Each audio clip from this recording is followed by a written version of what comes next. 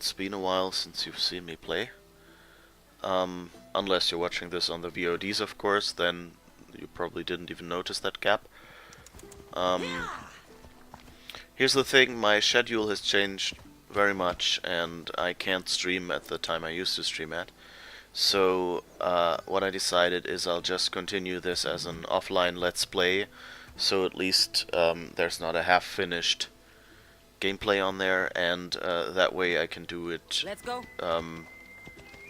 at whatever time my schedule allows for.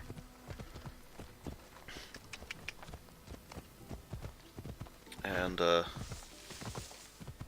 let's hope that that works.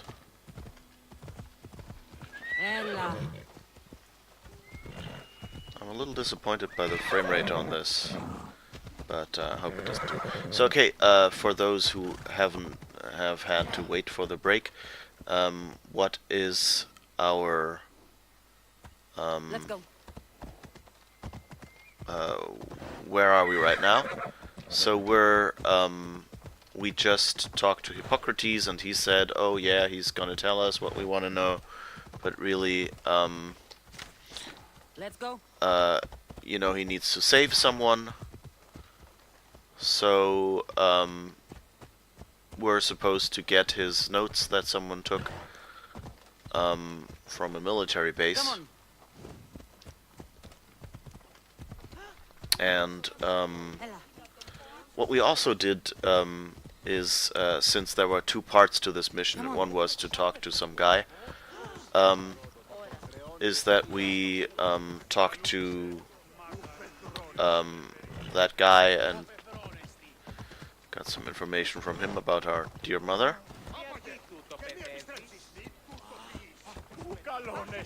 Driving on the highway. Don't mind me. Whoops. That wasn't quite the intention, but it works too. Anyway, so we did that second part first because that was a lower level, and we were still level 19 and needed to level up. Although he told us to let me just check before I. Although he told us to hurry, you know, but I mean this is a game. Probably when they tell you to hurry, it's just for drama, right? Okay, so let's see. Our mission. No. Where is our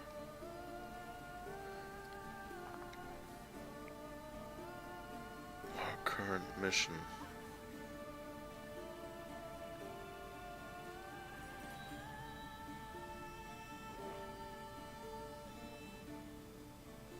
Oh, somewhere down there.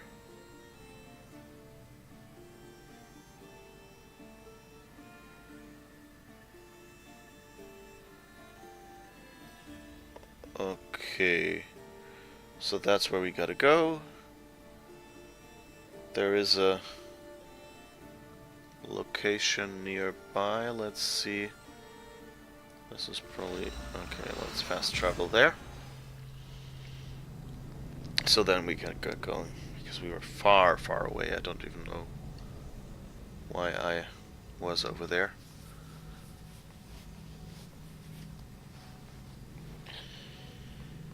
Anyway, so that's where we are right now. Yeah, I'm a little. I hope the frame rate won't be that bad all the time, and it's just in that big open area with Athens nearby and things like that. If it stays that way, I might have to do some serious work on my setup here, because while recording, it's a bit harder to okay, 500 meters in that direction. Okay. Whoops. I should have just jumped forward. There was a nice. Okay, I really have to get used to playing this game again.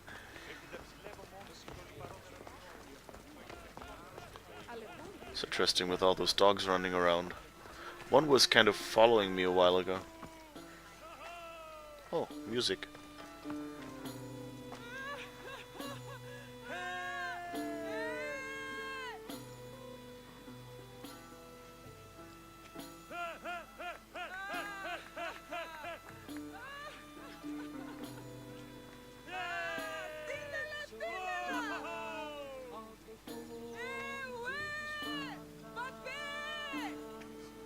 Okay, that's interesting. Why are they yelling like that? Is that like the Beatles of their time? Is that the idea? They're back.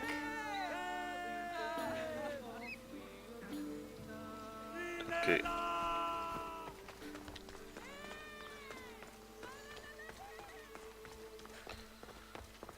I wonder if there is more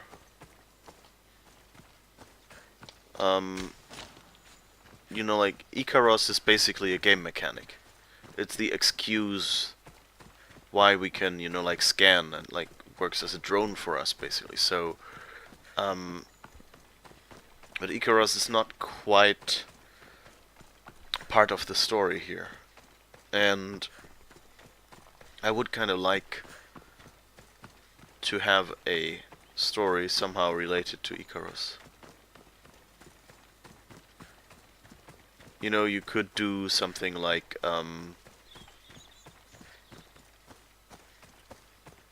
you know, just, I think this is where we gotta go.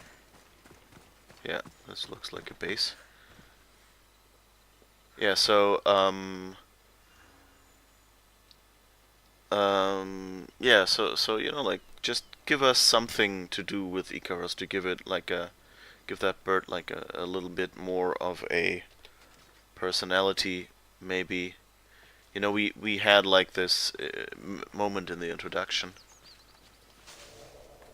where it was basically about, you know, just, it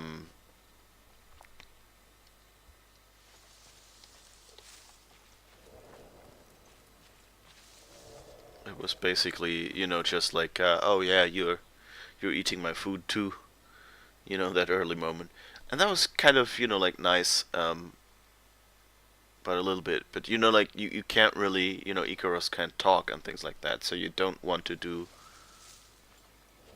too much. It'll be trouble if I'm spotted here. Yeah, that's why I'm hiding in the bushes.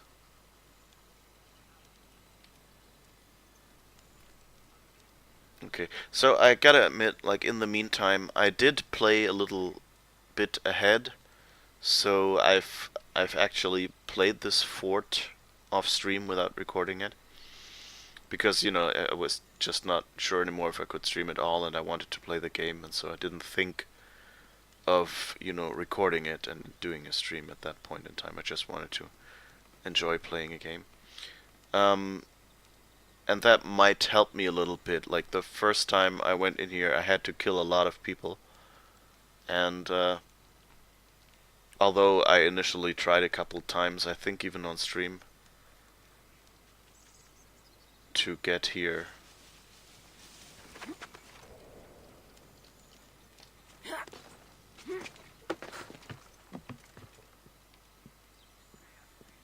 Without... okay, we should probably do the smart thing and use our Senu drone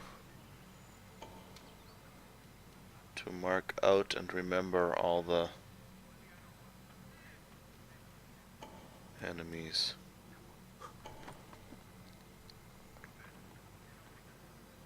That's where we are. So here in that building... You should get out of here. Oh, I think we can be seen. That's not good. So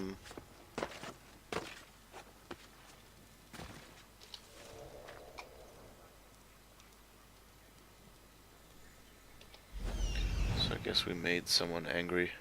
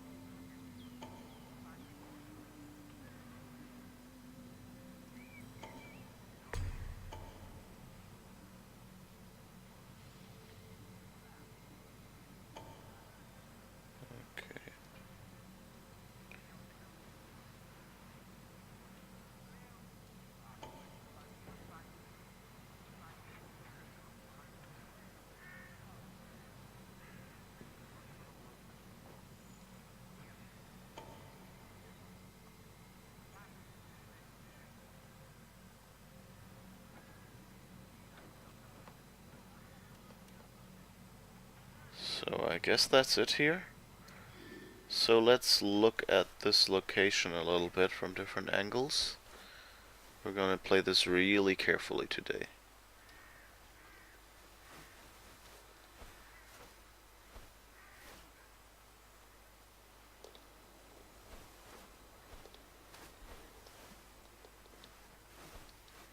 So, seems like the person is somewhere under that roof. And there's a guy watching that.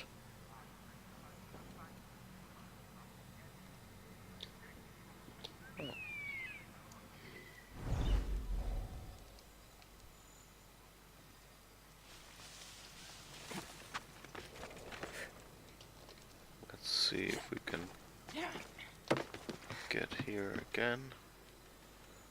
Oh, that guy might see. Oh, they're both probably seeing us. You know, it might have been necessary. Oh, there's a guard there as well. Yeah. So the thing is, you know, Hippocrates told us, oh, you know, don't kill anyone here. Um,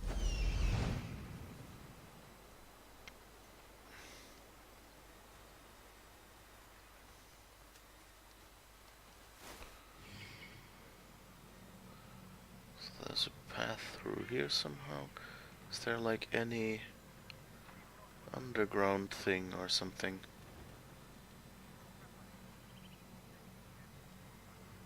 I really want to approach this from some side where nobody can see us. And I can feel myself already getting slightly impatient again. So, I might just end up running in and doing even worse than the previous time. You know, or getting killed. I guess this one sees this one, so if I take the guard at the front, that's not a good idea.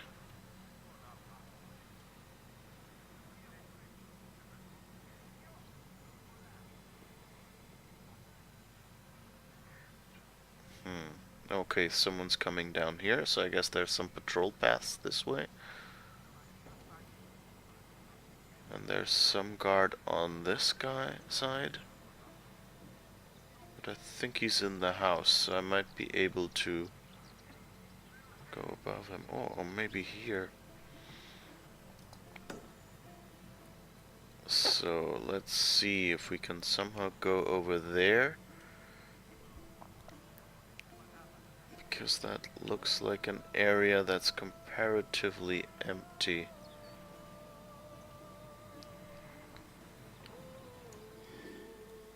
Alright, let's go over there then.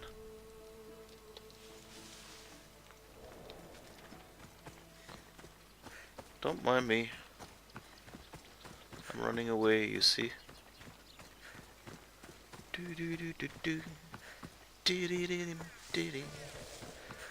This music really gets stuck in my head.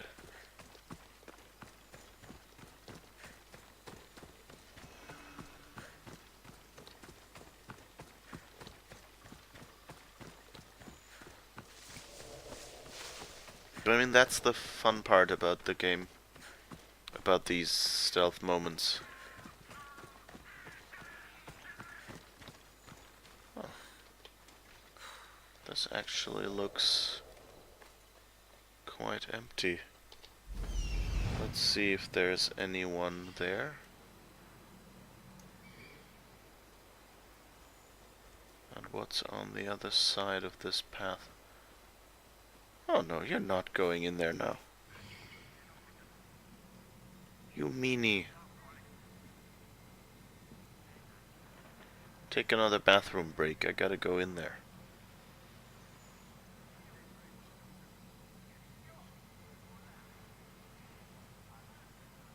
Okay, so if I can go there, I can jump down there and be kind of hidden.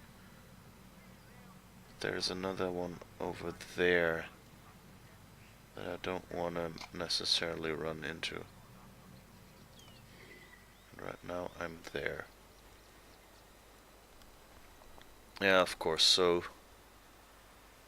there's a guard in that path again. And now over there is empty? Really? Do they really switch sides?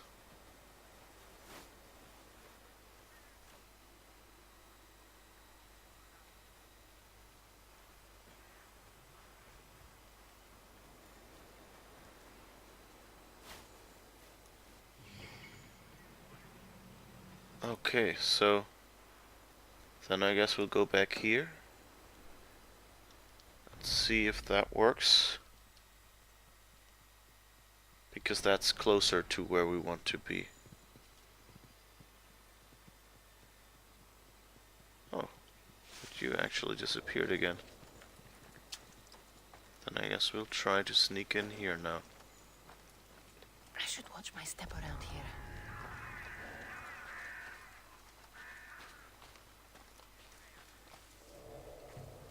Alright. So far, so good. Oh.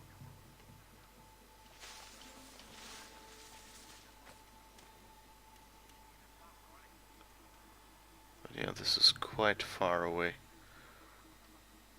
Not sure, do I want to save here? Let's see. A number of guards here.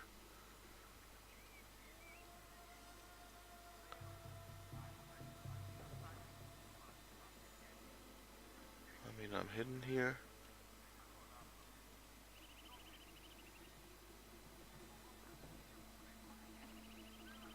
But if that guy in the middle up there doesn't go away,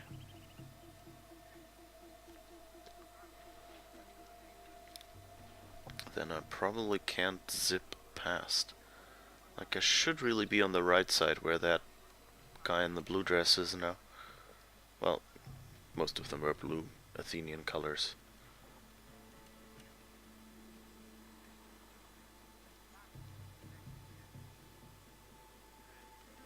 Can I distract them somehow? Don't think I can run or throw rocks.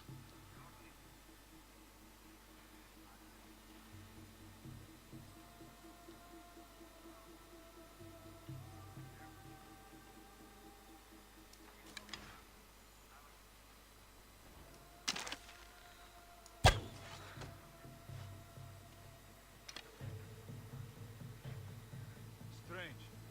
I don't recognize these items. Oh no.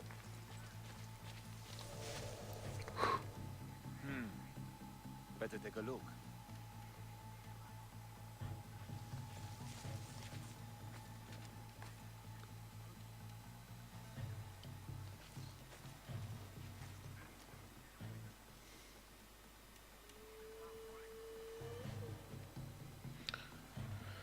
Okay, I guess that worked. And better take a look, guy. Still not coming, or at least I hope he's looking in a different spot.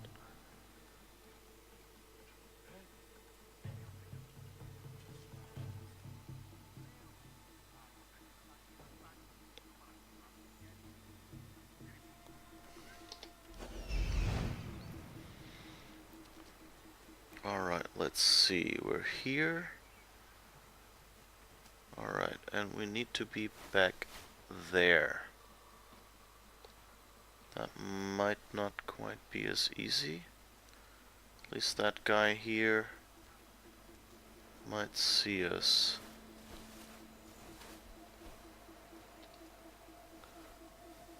Okay, I think we're far enough away to risk it.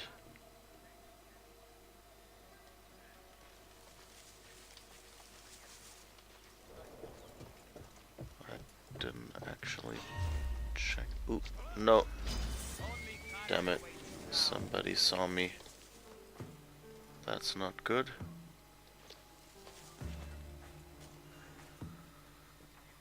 Okay, I guess. Get off me!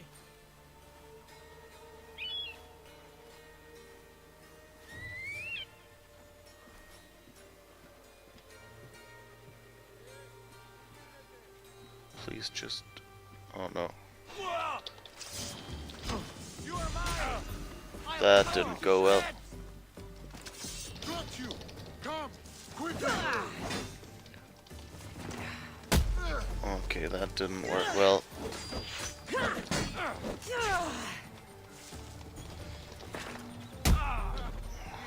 To the death. Okay. Guess this is the moment where I run away.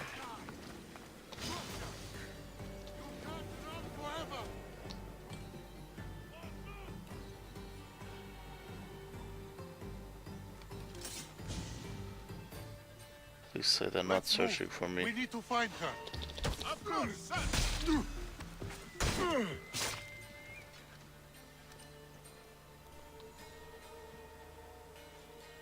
there? Spot anything? Nothing here. Come on. Double Russian. Oh, You are so outmatched. Carrying on, sir. Attack!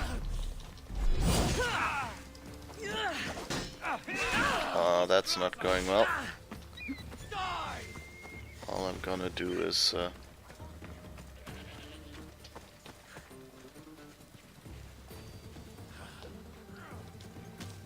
that's of course not hiding.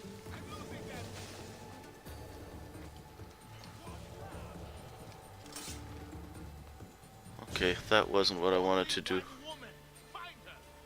Yes. Should probably just let them kill me and restart at the save point. Tell me what you see. I've nothing. What in?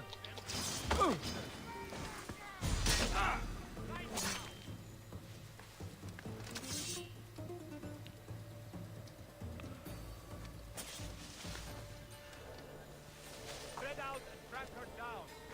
Got it, sir.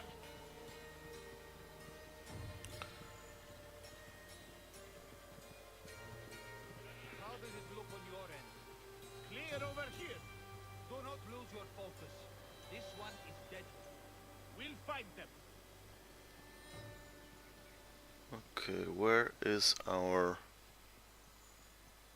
objective? Still over there.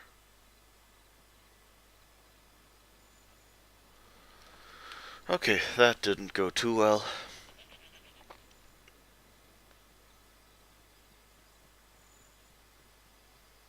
But at least we figure out a bit of the tactics again. But I think I should approach it from the other side. Well, what have you got? It's like they disappear. You are not trying hard enough. Go!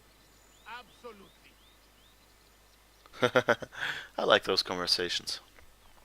I think I'm gonna restart from the save point anyway. Save scum evilly. Because for the simple reason that I don't want to run around this place, and I didn't really mean to, you know, kill anyone and things like that, and you know, I want to be a nice person. So let's go back and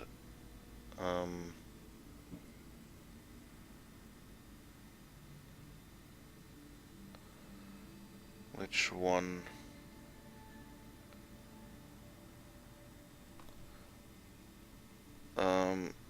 Probably that one.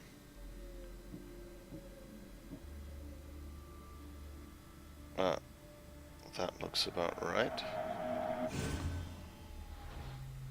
Or is that too far away? That might be before the fast travel. Whoops.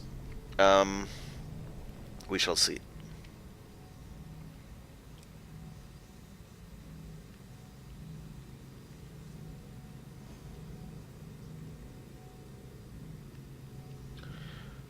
But anyway, yeah, I kind of love how, you know, you use stealth in this game. Like, I play it more like a puzzle game, as you can see, because I save scum, you know, but in a puzzle game, you know, you try to do a puzzle, and then, you know, you reset and you try again or something if you get to a point where you can't. And so that's what I like about these stealth moments. You can kind of try different approaches, and see which strategy works best in this game. And hopefully, after a while,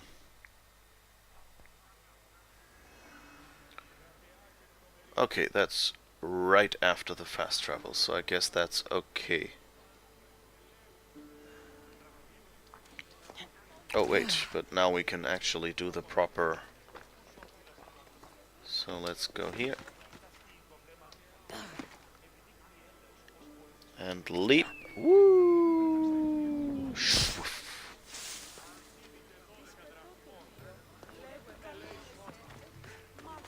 It's... You know, on one hand, I think it's a silly thing to have in the game here, especially since it's not actually used as a mechanic. In previous games, it was, you know, that was your shortcut to get off all the buildings. But since this is set in ancient Greece, where there are not that many tall buildings, you know, and it's set in a more country, rural area, pretty much the only points where you have this leap of faith thing is at fast travel points, where it's just like somewhere near the fast travel point there is there is some pile or something that you can jump into, or there's a lake nearby that you can jump into like that. Okay, so since we know that this guard will actually walk away, that's what we should actually try.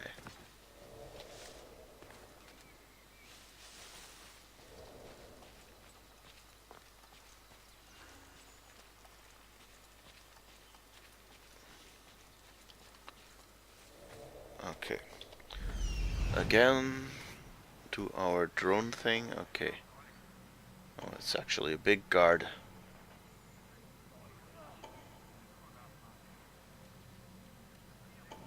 There's a bunch of more high-level guards here. This pop sound is on one hand quite satisfying.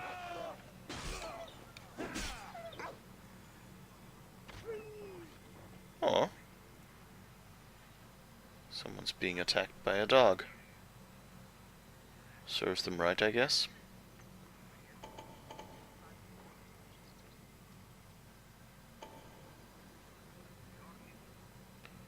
So this pop sound is on one side quite satisfying.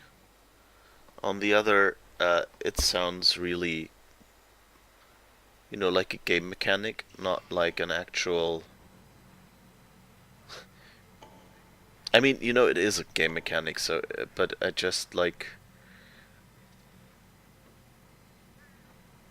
It just doesn't quite feel natural enough for my tastes, I guess, given I'm, you know, flying as an eagle. It would be nice if it was a more natural sound. That's just, you know, that's not a flaw in the game or anything, it's just like a personal preference or a thought, you know, how I would make a game like this, which is ridiculous because, you know, this is a work by so many people. Okay, looks like it's empty here right now.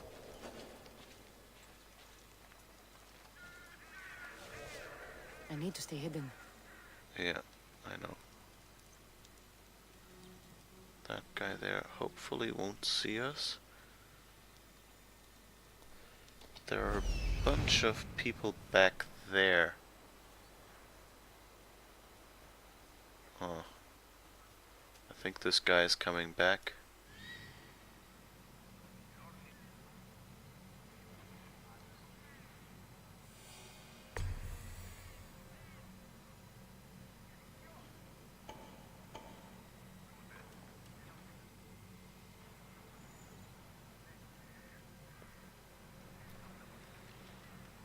So that guard is back.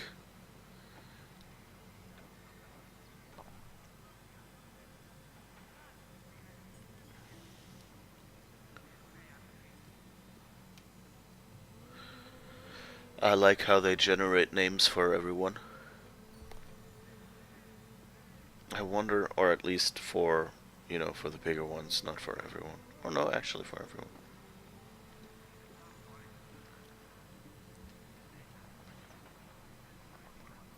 It's a nice detail. I also kind of wonder, like, how would they do this? Um, you know, like, do they only generate a name for a character when you examine them, so that, you know, you're not as likely to see repeated names? So they just pick shuffled names from a list or something, and like who you look at first is Antimonax and or something like that, you know. Just Timonax, okay. And what's his An something? Aniketos. Okay. Like, is it just that? You know, because that would be like a smart extra optimization to do. Or do they just, you know, like tell everyone, you know, here's a list of names. Whenever you create an NPC, um, give him one of these names. But that doesn't really make sense because some of these NPCs probably respawn. And so they would have the same name.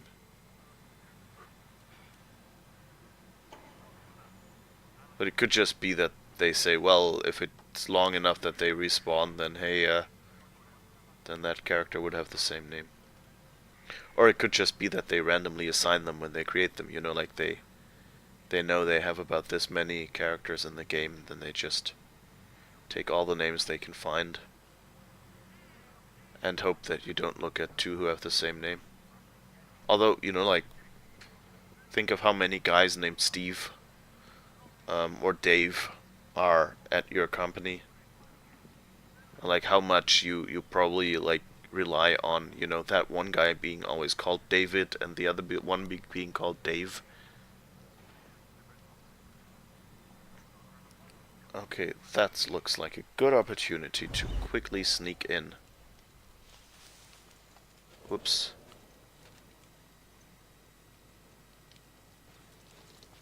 You're not gonna... Alright. Oh no, that guy is really looking here. Get the fuck out of here! Yeah. So I have to distract that guy maybe. Let's see, can we do that?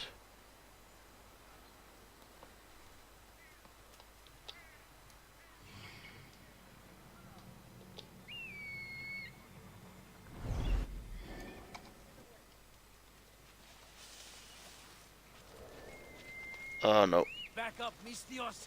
Too close!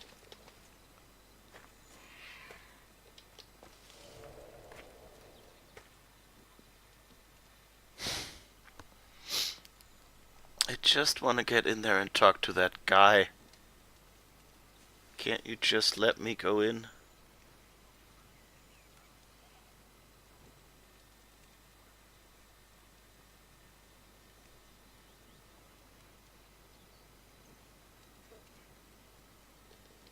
I'm getting impatient. Let's make an attempt at getting up here.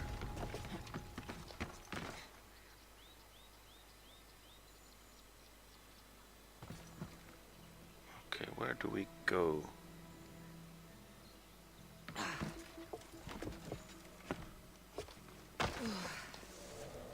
Okay. That's a good spot.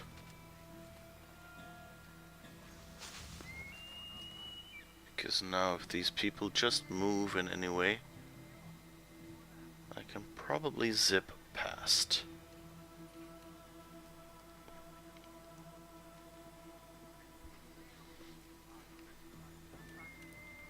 I really wish, I don't remember, but I think there's no way to, like in Horizon Zero Dawn, which I previously played, you could throw little rocks to kind of distract people. And I don't think I have that anywhere. Like I can shoot an arrow at something and hope that they get distracted by that, but then they might think they're being attacked. Oh, thank you. Are you walking away? Yes. Let's run over there. Okay. Maybe can we hide here? Yeah. Just to be safe.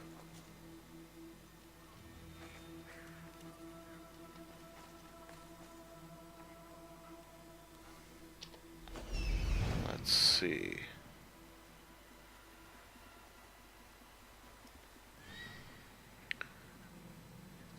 They're not really looking at anything. Oh, but this guy is there.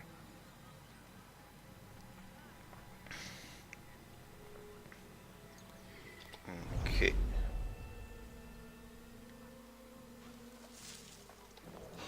Oh no. That's not good. Whoops. Please don't.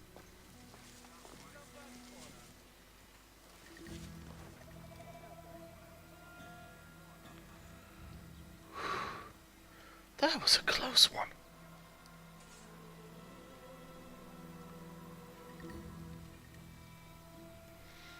It's also a little, like by all means, that would have started a search if this wasn't a game.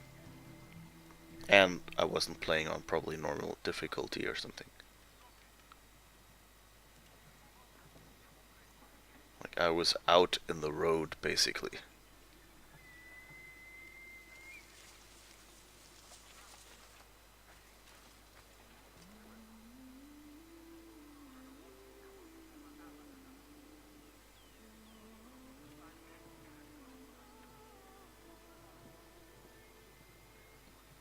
Okay, you walk past. Nothing to see here.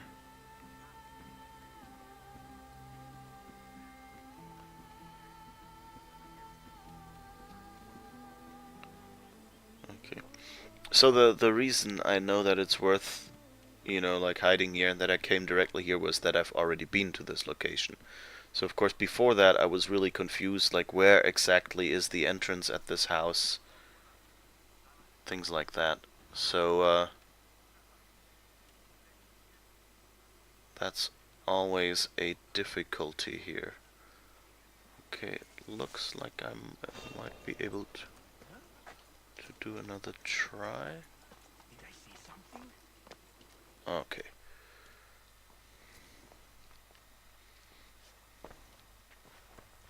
What are you doing here? Hippocrates sent me. Your commander stole his notes, and I think you have them. The ones written by the great Hippocrates himself. I'm sorry. They were burned in the last attack. What? You heard me. The medical tent was burned. At least I memorized the notes before we lost them. I'll transcribe them when I have time, or when the war subsides. Then you'll have to come with me. A patient Hippocrates is treating will die without your help. I have a patient right here who needs my help. Can't someone else take care of this one? I'm the only doctor here. Now let me work.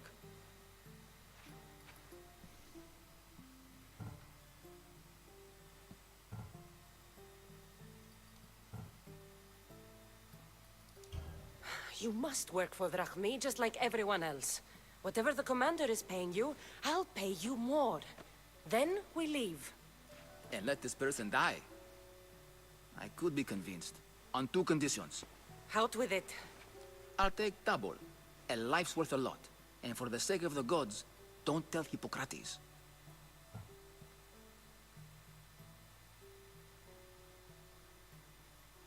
Damn it, I didn't want to do that. But I guess I can't go out now. Like, letting him die.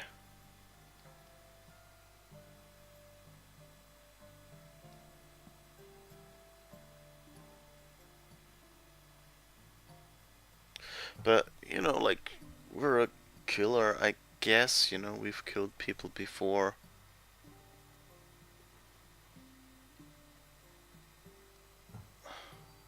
You greedy, self-serving toad.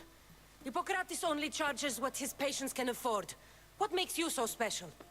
He's a great man. But he's not the only one saving lives, Mistios. This is expensive work. Stand back and watch.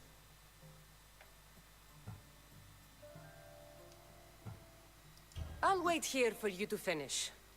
If I leave, what's stopping you from running away? Thinking like a mercenary. Guess I shouldn't be surprised. Then make yourself useful and bring me my bone forceps. Some idiot or another's always borrowing them. Then you'll come treat Hippocrates' patient? You have my word. Okay.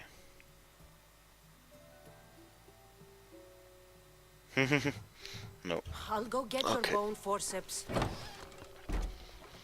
Okay, and now there's probably gonna be someone standing right in front of me.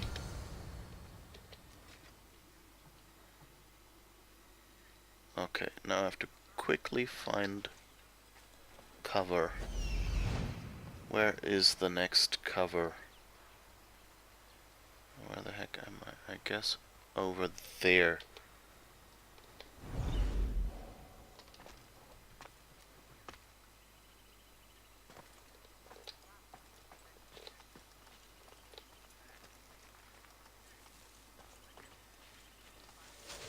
Okay. At least we've done that. Now we just have to be alive to find the bone forceps, which is of course in the other half of this camp.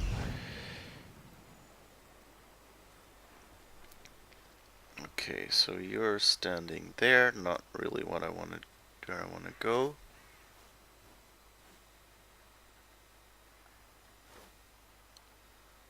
It's all the way on the end. So I probably should get out.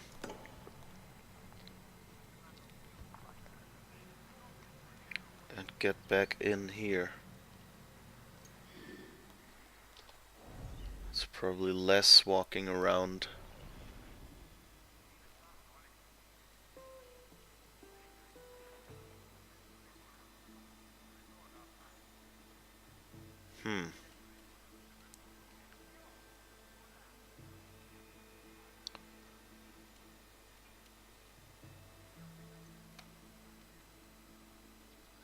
Guess I'll just try if I'm fast enough.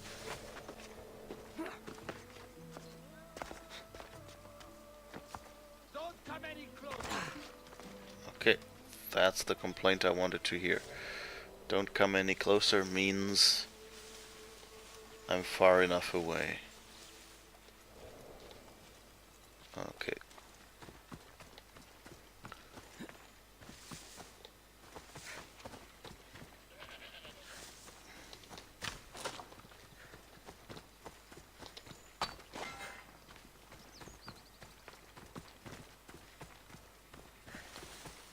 Alright. Over there is where I have to be.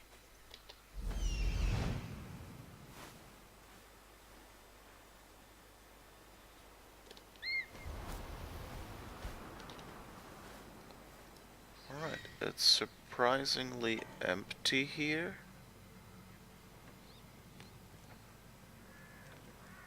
Oh.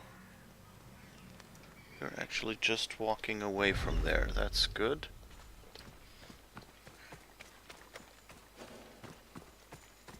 So let's climb up here while you're away.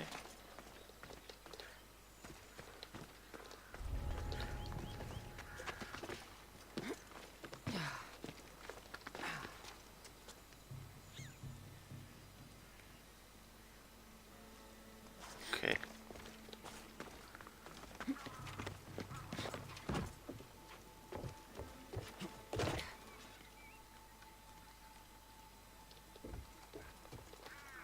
Uh-oh. There's someone here guarding this place. That's not good.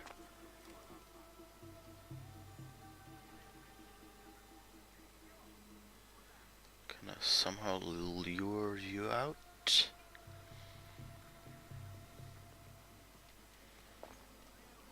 Is there a good spot for hiding?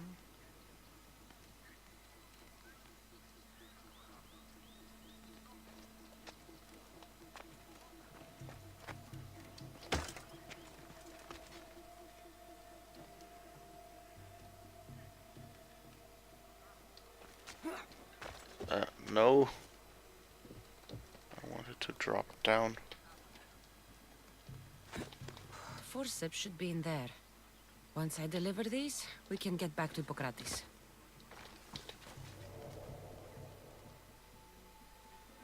Okay. Behind you. Don't look. These are the forceps he wanted.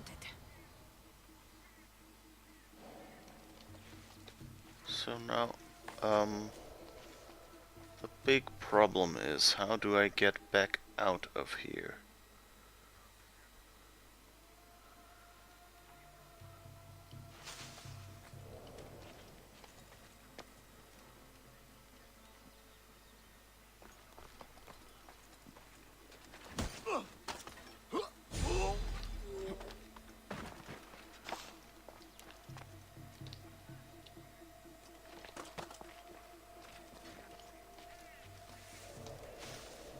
Alright. And now let's try to quickly get out of here. Yes. That looks good. You're still there, but you're looking in the wrong direction, which is good for me. And I didn't kill anyone. I hope you appreciate that, Hippocrates. Whoops.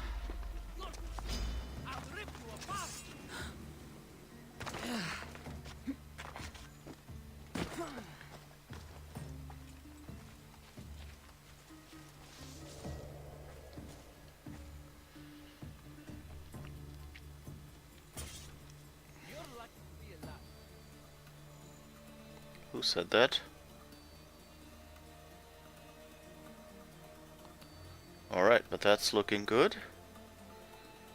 2 out of 3 objectives, I guess.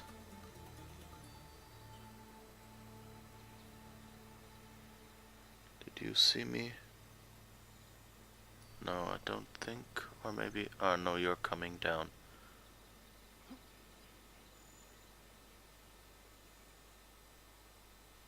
I hope you're not coming over here.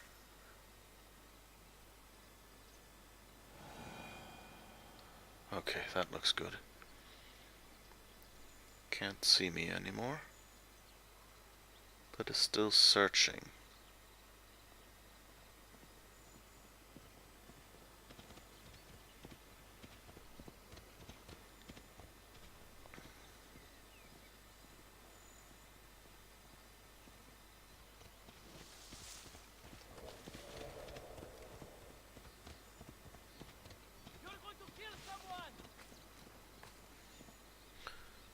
Okay, they're all this annoyed by people driving past them with horses. That's interesting. I find that like a weird design decision.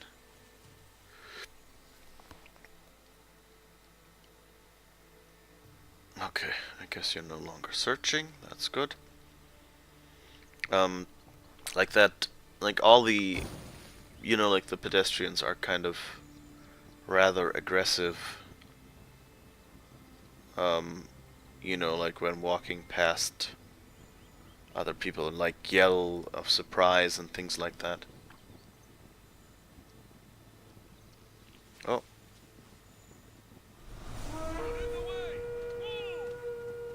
Okay, so I've discovered a new mercenary. That's okay. I mean, I guess the right of way back then was probably different than it is here. Like, if you look, like, even, like for cars, it's usually, cars stop for pedestrians because, like, I mean, as a pedestrian, you're told, stay out of the way of the car because it might not be able to stop in time for you because it's going so fast. Which was something that early on when cars were introduced was really surprising. Because you didn't expect them to be this fast. But like even if you go on the on a lake or on a river now with a little boat or something, the rule is actually quite different. Because the rule basically is like, as long as you're something that can move by its own power, the smaller one is to avoid the larger one. Which makes sense if you give like how long it would take a big ship to stop. You know, by the time they see like a surfer in the water or something, there's no way they can stop. So at best, you know, they can turn slightly to the side or something. So it's just a concession to practical considerations. Okay, and he's there. So let's see what we can do. And anyway, but if instead you look at, oh, we should get in there now while this person isn't watching.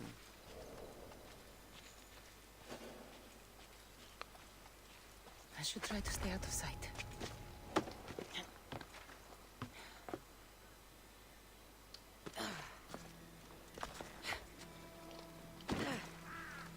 Okay, hidden again. So we quickly got in there while that person wasn't watching. That's good. Anyway, so right of way was kind of different, and I guess for horses it was kind of similar. You know, they didn't think like today, well, a horse can stop, so you know, a horse or car driver has to slow down if they see pedestrians.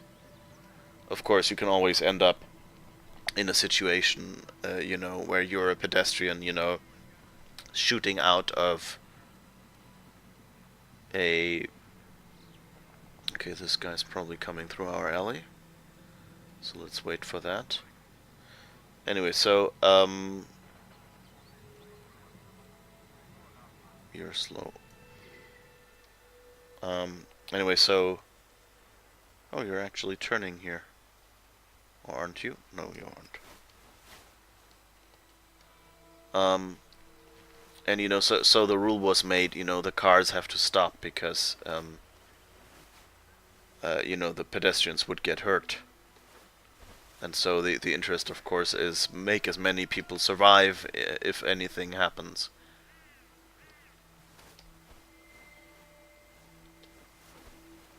So that guy on the right, where does he walk?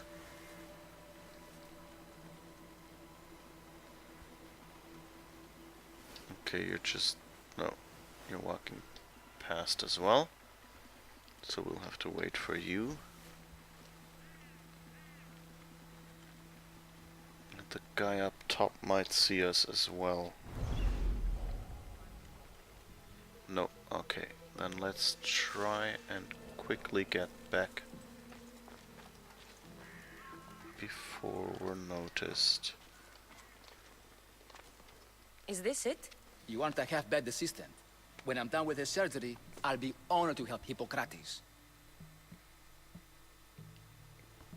Might be limping for a while, but Apollo willing, they'll make a full recovery. I'll meet you there. Don't be late.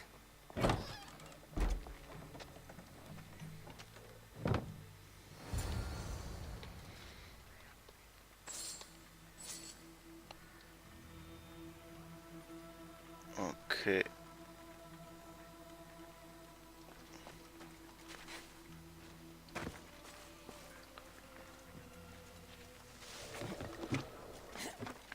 We did it.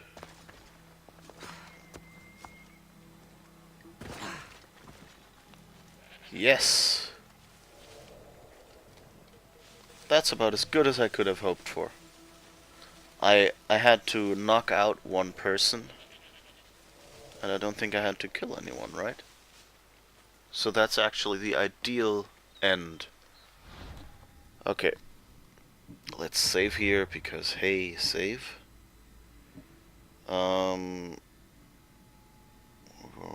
here.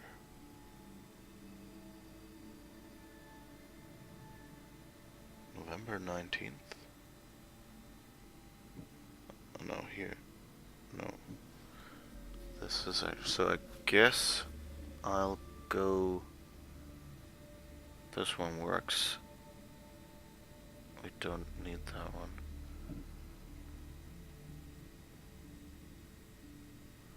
No, let's just make a new one. Safest. Okay. Because this is the game I continued, you know, off stream.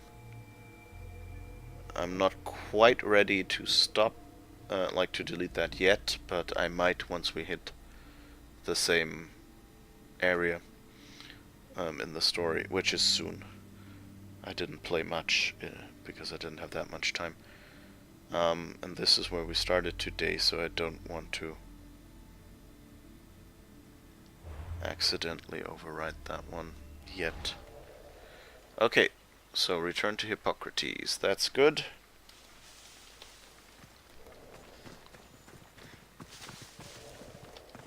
Oops. Oh well. I can still get the loot while on the horse. I love that, by the way, that in this game you can just, you know, loot stuff by riding past it on the horse.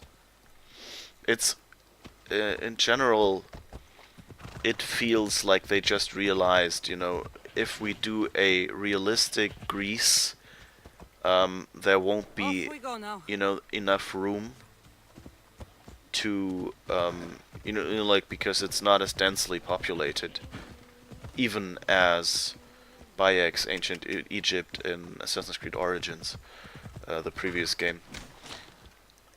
And also, I think they're kind of adding. Well, Origins already had the crafting, but they're kind of going, you know, for it seems I get a long way without collecting too many resources. So they're going like, okay, we're adding this crafting mechanic, seeing how it feels and how it gets accepted, but off we go now. We'll do it, you know, in a way that doesn't make it annoying, because we know our games are really about something else. Move. And I like that, because, you know, like, having to grab a few resources, I think is okay, you know, like, you shouldn't make it too easy to, I don't know, like, level up or whatever. Where is up there? Okay. But on the other hand,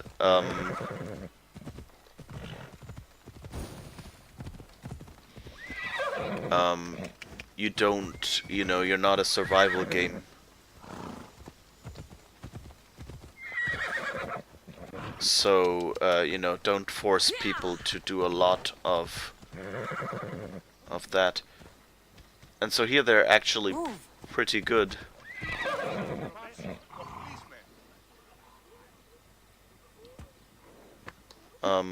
So they basically gave you a horse just to get across all this vast scenery without being annoyed, and they gave you a minimal bit of crafting to make it a little bit realistic, and, you know, just, you know, add a new mechanic that makes things interesting. But they didn't do anything about,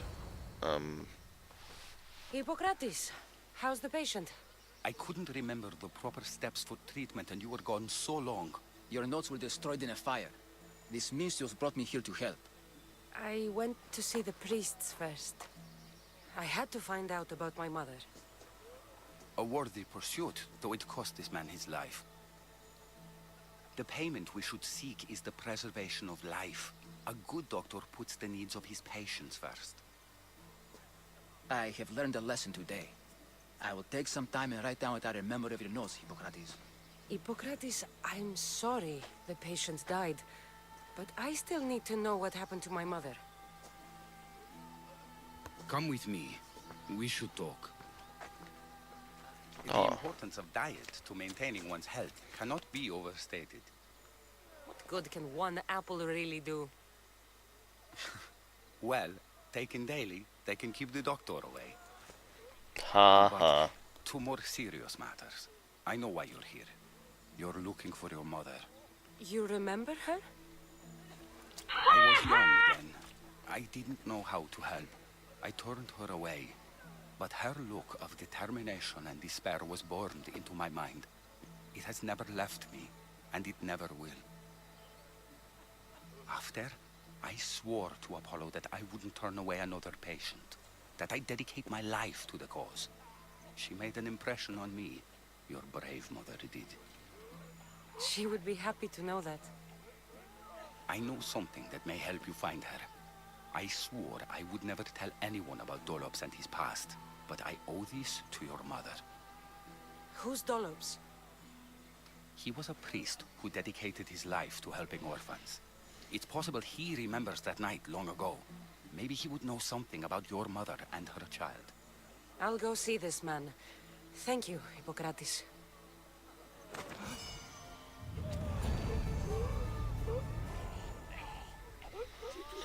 Sorry, that sound was supposed to be in that gap, really, but, okay, didn't get there. Whoa, leveled up.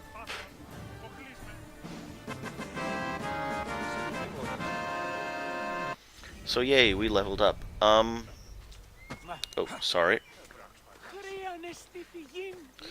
Anyway, so yeah, this game has actually more consequences than I thought. I just thought, well, you know, it's a bit of drama, him saying, you know, hurry.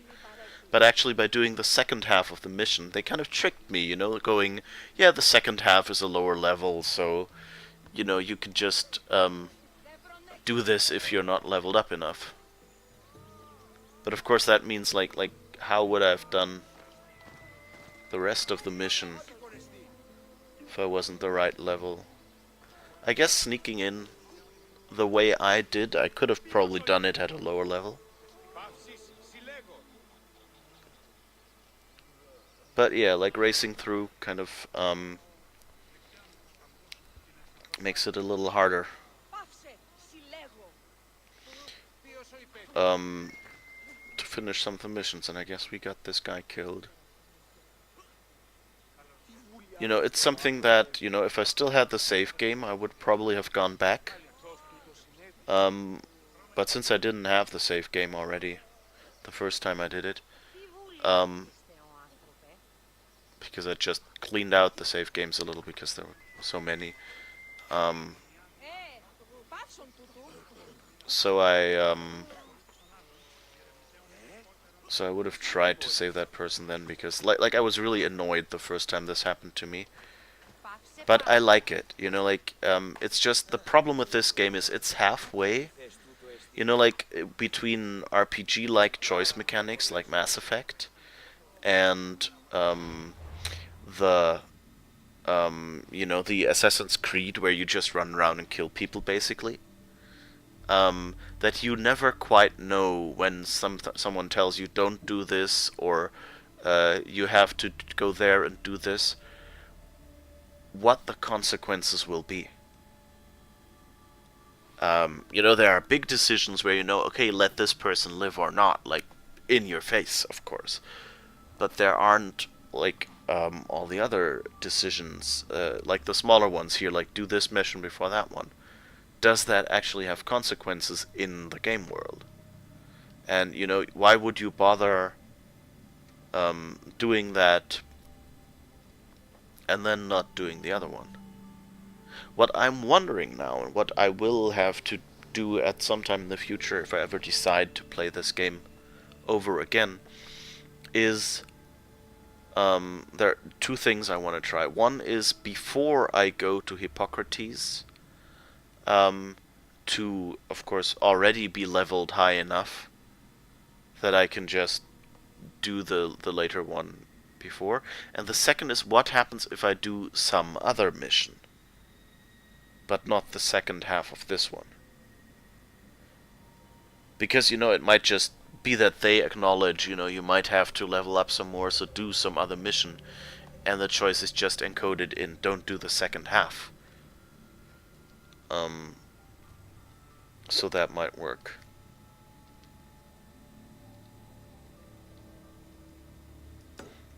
Okay, so let's find the farmer then. Wherever that is. Hello? The farmer is in Argolis. He's in the northern part of the Kingdom of Hope, southeast of the Bronze Club.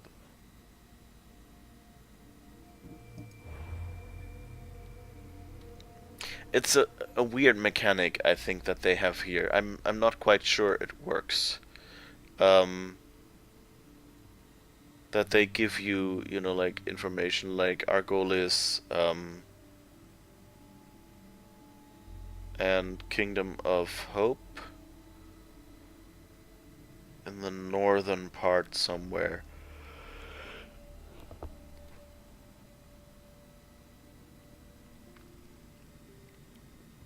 Southeast of the Bronze Club.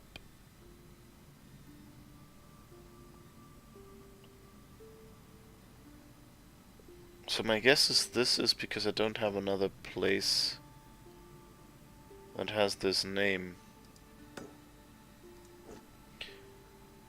So my guess is we're going here somewhere.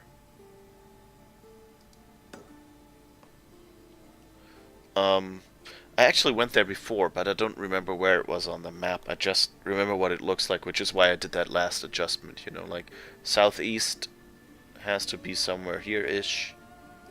Actually, let's go here.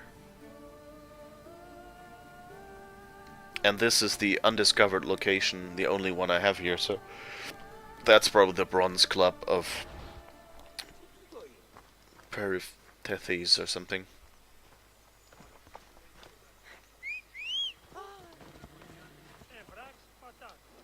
Let's go, Phobos.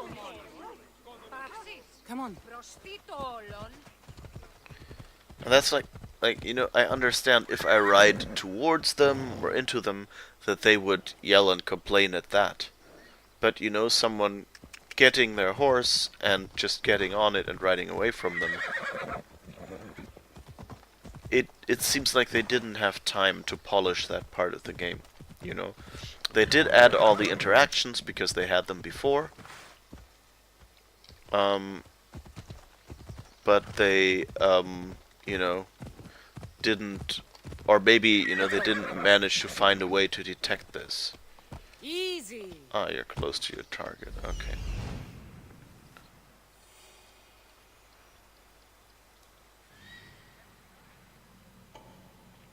That's the man Hippocrates mentioned. But he's hiding. That's also something where you go like, why?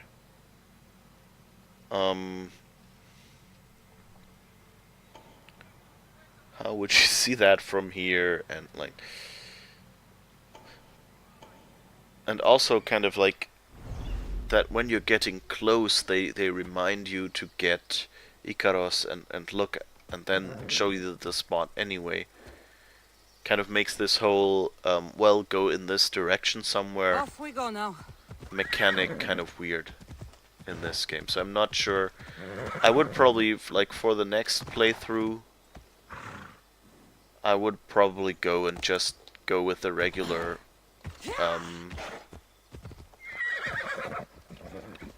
and go with the regular mechanic,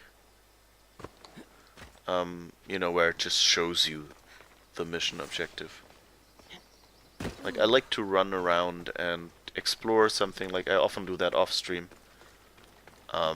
because, you know, it's most of the times it's not really interesting,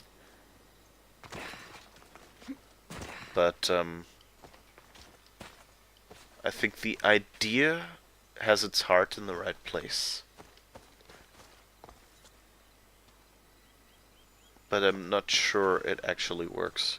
It just feels like, oh, they're giving me really vague directions on where to go.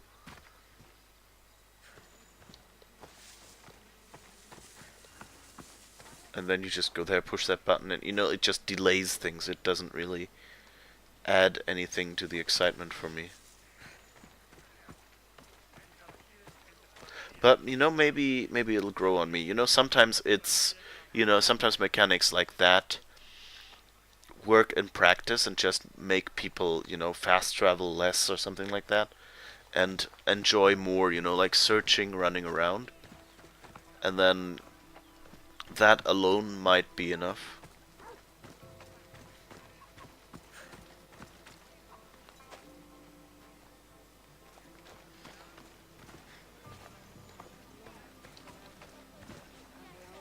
And here that's one of the more realistic statues. You know, we always think like statues, like classical statues look like Renaissance statues, which is because when they found those old statues, you know, all the color had washed off.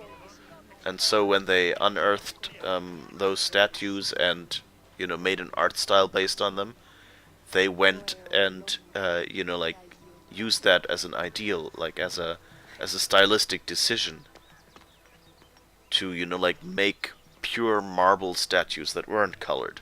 Whereas the actual statues that the Greeks built looked like this, and from what I heard from the designers, actually, they were much more colorful than this. They just toned down all the colors here because it would have looked so silly to a modern person. You know, back then it's like if you look at different eras, like you can tell, at least like, I don't know, up to the 90s maybe, you can tell like how, like, dyeing, so with a Y, like coloring something, like how they developed new colors and ways of applying them to fabric, or making fabric that then had interesting colors or textures. Because like every time they discovered something new, that was like the big color in fashion that everyone tried at that time, and like it was overdone. Like in the 80s, they discovered neon colors. So basically, you know, that bright yellow, that bright pink, that bright green, those like really strong, vibrant colors. Not like this one. This is actually fairly natural green. Pretty bird. But those colors were new, so like everyone tried that because, you know, they hadn't seen it before and it wasn't as boring as what other people were wearing. So people who were interested in, you know, new fashion and things like that, trends, got those colors. And, you know, so you could kind of tell, like, the more fashionable people had those colors and the other people just kept wearing what they had until it wore out, at which point they might have then bought these colors. You know, and it's just like that difference, where you might have looked more modern. And you can kind of tell that from like every change in history. And back then, you know, it was important, or it was new, just to be able to color your clothing. You know, before that it was just, you know, well, you know, it might have been for a while here already, but you can kind of tell, like, you know, like, it's normal if you're wearing furs or fabrics, then they were whatever shade the plant was. So, like, the scarf she has around her neck, or whatever you would call it, you know, is just a dark brownish or blackish color, really. And that's probably just what color the fibers were, or maybe they used, you know, coal or something to darken it a little bit, and that was interesting, you know. But otherwise it would have been, you know, like some gray, like the skin of the animal the leather was made from, like her skirt, or you know, maybe if it was made of metal, then of course you see those metal colors. But like those blue wraps around her hand that she has, those were like explicitly colored. You know, they took other plants and, you know, made so their color went into the water and then dipped the fabric they made in. And that was an extra step that was not necessary for, you know, just making the clothing. So, you know, only richer people were able to afford those. And so that's what you'd basically be doing. That in that age, you know, like if you made a statue and you wanted colors on it, then, you know, you had to pay for colors anyway. And so depending on how rich the person was who made those statues, you know, they might have put certain colors on there, and really brightly, because it was new at that time to actually have that color available. I mean, you know, these days we just go and buy, you know, either a dyeing kit for clothing, or like a watercolor set, and there's like all sorts of colors in there that would have been prohibitively expensive at the time, you know. Back then, you know, like red you got from earths, blue you got from certain flowers, I think. You know, green you got from other plants, and you know, like white you probably got from like rocks, like, you know, caulk on the outside of the building. That's basically it's basically like crayon or some other kind of calcium, you know. And you know, for black they usually used coal or something, you know, burnt something and then used the black stuff to darken it. And those were basically the colors they had. And so, for example, like, and the, you know, like the red they had, as you see, is a very muted red.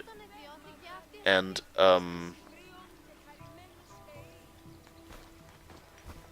although I think red was fairly, I think until, I think like the Middle Ages or something, so like thousands of years after this, because I think this was 500 before, something like that is I think where this is set, roughly. They said it in the intro, but I don't remember, it was so long ago. Anyway, so having those colors means, well, until the Middle Ages, I mean, blue was the most expensive color. Which is, for example, if you look in churches in Europe these days, Jesus and like the most important characters are often painted in blue, because you know that was the most expensive color, and so if you wanted someone to stand out, you used the color that people saw the least. And it was like a more like the bright blue like she has in her gloves, on her bracers or whatever you call them, wrist bands, whereas you know, things like that. Although I'm not quite sure whether that was the same in Greece. It could just be that that was Europe, you know, like Central Europe or something, where the blue thing was an issue. Because sometimes, you know, it was just that, like, Greece had a flower that made it easy to make stuff blue, whereas in other countries that just didn't grow yet, and so they had to import blue. So it always depends a little. And you know, that goes like with like any color. For example, if you look, you know, I still remember when the only kinds of glass you usually got was white, brown, or green. And these days, if you go like into a grocery store or something and look for wine, many have like strongly blue colored glass there. And that was a new thing that I remember suddenly showing up in stores. You know, that someone figured out how to cheaply get blue color, and you know, safely, because you're storing food in there, so you don't want to use like a color that will go into the wine or whatever and poison you.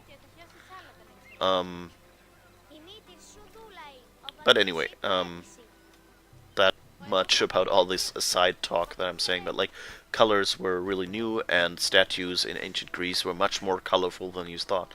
So like with this one, I think they intentionally did that. Like I know they said, you know, during game design, they decided to tone down the colors in general, because it would have just looked too silly to a modern person, because we're used to all these colors. So then we have the luxury of saying, okay, let's, you know, mix some of the colors or mute some of the colors to make it look more pleasant or something, and to make certain colors go together. You will, you know, mute one and strengthen the other, so they kind of feel like the same brightness and level. And here you see like it's kind of washed out the colors a little in the middle. There's, you know, white showing through. So I guess that's kind of their excuse for going like, okay, these statues used to be as bright, but they're kind of washed out now. So until someone repaints them, they won't quite be as bright as you're used from Greece.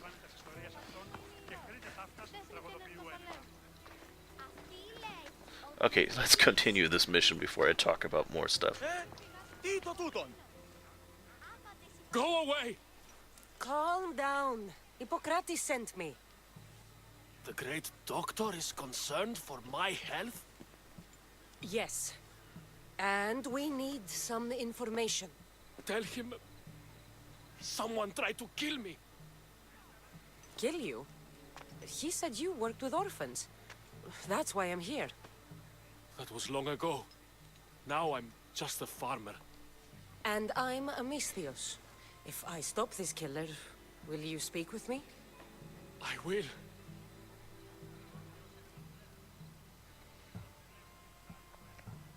Tell me what happened.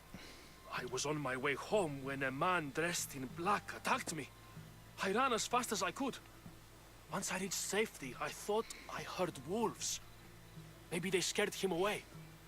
Are you hurt? No. Thank Ira. Why would someone attack you? My neighbor thinks I'm bad luck. He may be right. There's a difference between insulting someone and attacking them. What else? I'm behind on my rent. I think my landlord wants to get rid of me and find a new tenant. I'll find out who wants you dead. It was my neighbor or my landlord who attacked me. But you can't punish someone unless you know they're guilty. I'll be back when I figured it out. Then, we're talking about your past. Okay, so here's the thing. I think I did something wrong the last time I did this, or the first time I did this, which was the only time I did it so far. So this is one of those investigative things which I like. And I think you can talk to the various people and you can examine stuff, and I think when you talk to people it stops or something, because I think I couldn't examine all four, so we'll see. Is there anything else here? Oh yeah, here's... well, that's 1, 2...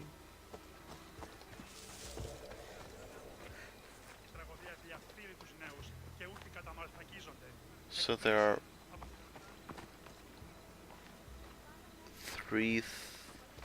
2 things I can examine.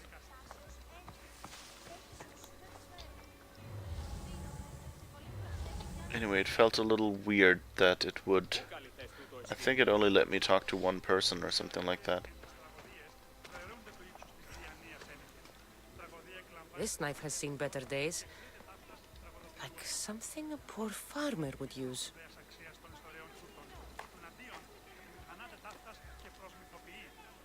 Okay, so the question is that his knife? Or is that the attacker's knife? This armor is broken, but it was valuable. If it belonged to the attacker, he's either wealthy or very lucky. Okay. And I think I didn't get to... This no, I black did get... cloth is fine enough for a king. Would do well as a mask, too. Okay, so... let's see if there's anything else to look at.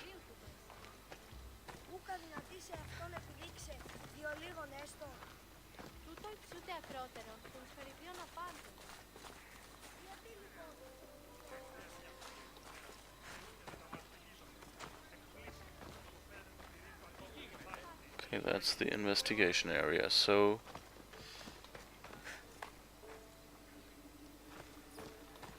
oh, interesting, now I can't talk to the people anymore. Okay, so I guess I didn't do anything wrong.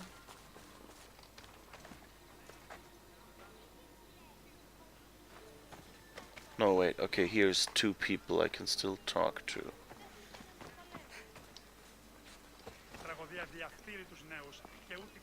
The thing is, last time it wasn't quite obvious. Like, if you look here at, you know, like what I can examine. So we have a black cloth that was probably used as the mask, and he said someone dressed in black attacked them, you know.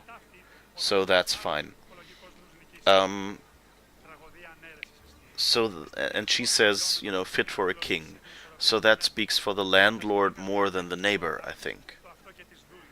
But the knife seems to be from a poor person. And what was the third thing?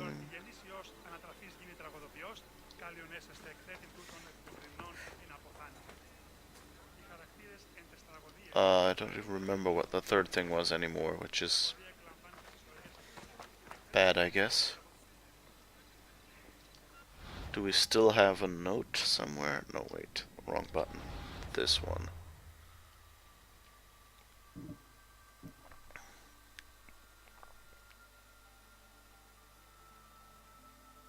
Okay, what happened here?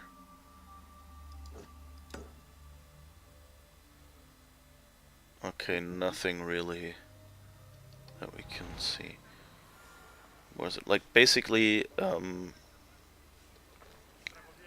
someone was attacked here? We have two people we can ask. And I think it clears when you ask one of them. Did you see someone attack Dollops? Yes, it was terrible. Who did it? I couldn't see clearly, but I think it was that bull-headed neighbor of his. He must have finally snapped.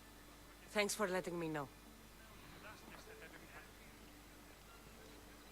Okay, no, and I can talk to her. So those are probably all the people I can talk to. Okay, so I think I did talk to them, and basically... yeah, I don't see anything else. Let's see if I've missed anything here. Before we ask the last person.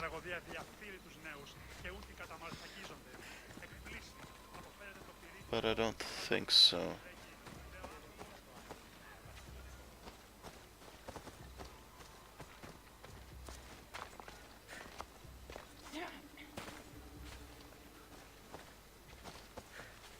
Okay. The thing is, we can't really get much information, and we can't talk to the people involved here. So I guess this is the last thing we can do. I'm looking for the person who attacked Dollops. I saw it happen. His face was covered, but I'm sure it was our landlord. He lives all alone and hires soldiers to protect him. He has to be hiding something. Thanks for letting me know. Yeah, that's the situation I ended up in last time. So, like, the problem is, the knife looks like from a poor person. The... oh, armor. That was broken armor. It was good but old armor. And then there was this cloth that was quite expensive. And so that kind of, you know, like, expensive cloth says landlord. Poor knife says farmer. Armor says what? Well, she said the landlord hires guards. So maybe that's where it comes from. So like the masked person was the landlord, but he had guards with him or something. And so there was armor and knives from those guards who are a little poorer.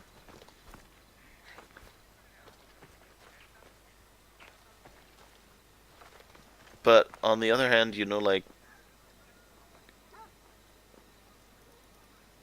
the two things she says, so like it's an even toss really for me.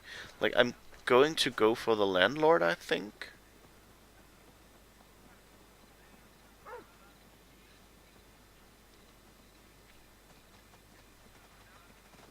But the problem with this is Well, first things first. We'll save now, and then we can probably try both of them.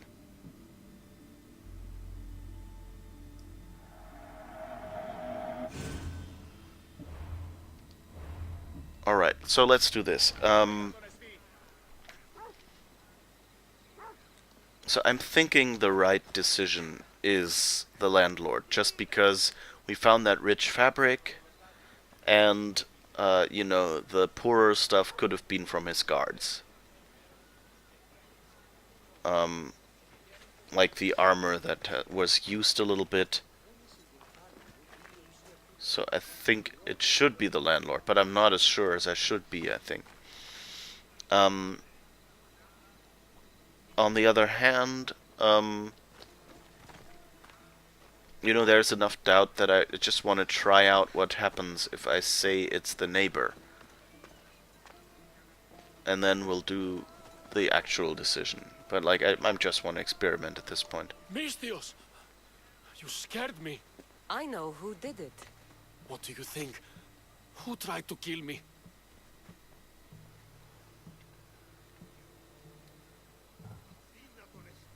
Yeah, I'm not sure, would just be, like, investigate somewhere. But the problem is there's nothing else I can do. Like, there's no point on the map that says, hey, the neighbor or the landlord. So let's see what happens when we do the neighbor. Your neighbor tried to kill you. I knew it. I'll take care of him. Good luck.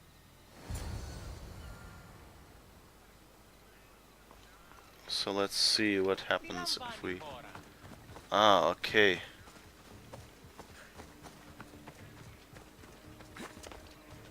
So, you know, I'm worried that this will seem... Ah, no, okay. So the neighbor is here. I heard someone tried to kill your neighbor. Dollops, that mouse turd, who'd give him trouble. People say it's you. He's a fool. I like to give him a hard time, but I wouldn't try to kill him.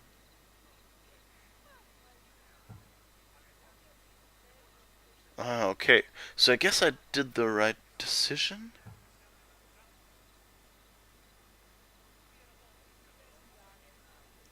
If you want me to believe you're innocent, prove it. I heard he was attacked with a knife. I only ever had one knife, and it was stolen moons ago. Okay, now it makes sense. Okay, yeah, so good. So I don't even have to restart here, I guess. So because it said, like, the fabric was from a rich person. But, and you know, and so I guess the rich guy stole the poor guy's knife to make it seem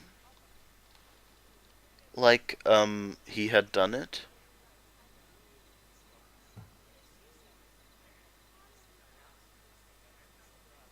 I mean, you know, technically, yes, I know that, you know, in a court this wouldn't hold up. Particularly because, one, he's saying it to defend himself, so he might be lying to protect himself, which he's entitled to. Well, sort of, like, of course, if he's caught at it by some other proof, then, yeah, never mind. Anyway, so, but the thing here is, so he could just have, you know, just be telling me, you know, oh, it was stolen long ago, because he knew that he lost his knife during the scuffle. And so if we find a knife, we will then say, oh, okay, even if it's your knife, you know, you said it was stolen. But, you know, you could just plan it. You could, you know, say, okay, I'll kill that person next month. So now I'll go and tell the police, hey, someone stole my knife. And then I'll hide the knife somewhere. And then I'll kill him. And even if they find my knife, they'll still go, well, yeah, it was stolen. It's fine. You know, that's not how the law really works. But since in this game we can't check it, and we've seen his knife, I think I'll believe him. I don't think you did it. But you're going to have to clear your name.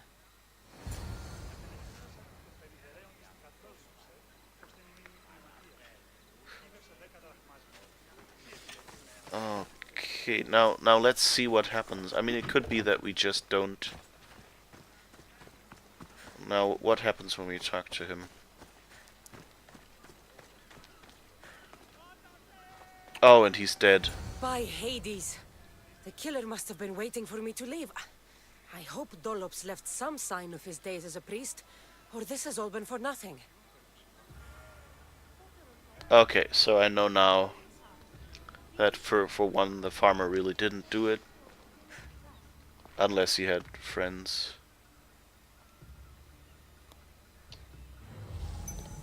Okay, but so we'll go back because, you know, this was an experiment. I thought maybe, you know, this was just like a side mission distraction, so I could just keep playing this.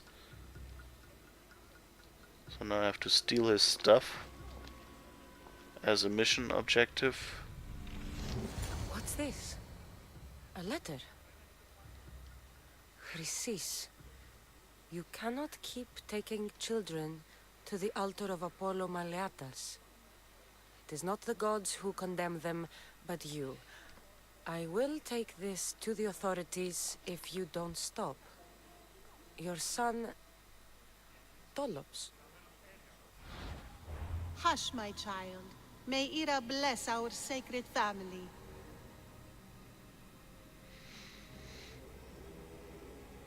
In Chrysis' bedchamber was written Hera's abomination. Although thought to be the writing of an angry worshipper, some say Chrysis wrote it herself as a reminder of her role in serving Cosmos. She spent a lifetime abducting children and raising them to be servants to the horrid cult. A part of her did love those children once, though that part died long ago. Okay.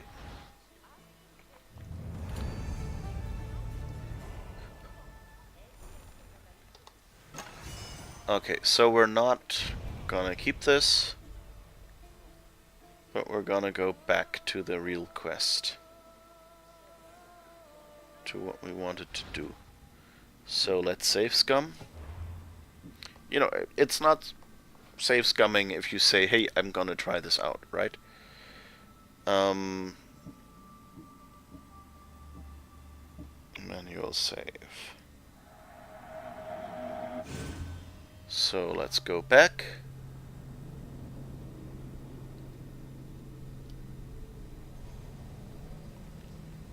And see how we can... how the real story goes. Which, you know, is the part that I've played previously, but that's... I think that's about as far as I got. So I should be all caught up with the stream then. But it's nice to see this and kind of, you know, now I have confirmation that the situation that I thought was a little ambiguous, I actually did the right decision. Okay, so let's go to Dollops. Of course you have a slight spoiler if you only wanted the start. You scared me. I know who did it. What do you think? Who tried to kill me? It was your landlord. Of course. He wants me out of the way. I'll take care of him. Be careful. He's dangerous.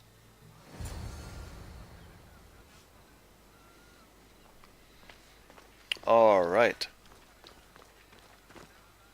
So let's find the landlord then. But then, let's see if the farmer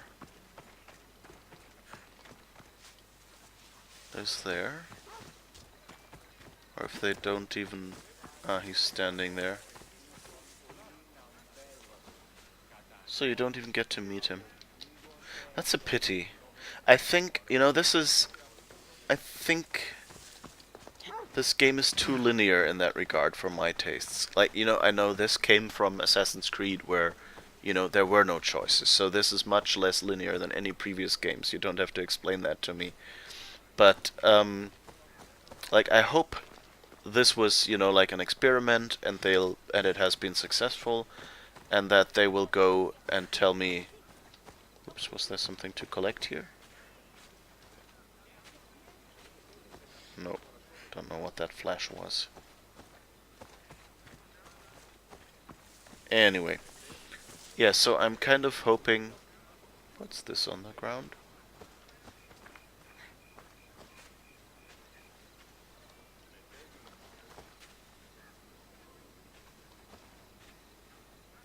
What is that? Looks like a plaque or a folding chair or something.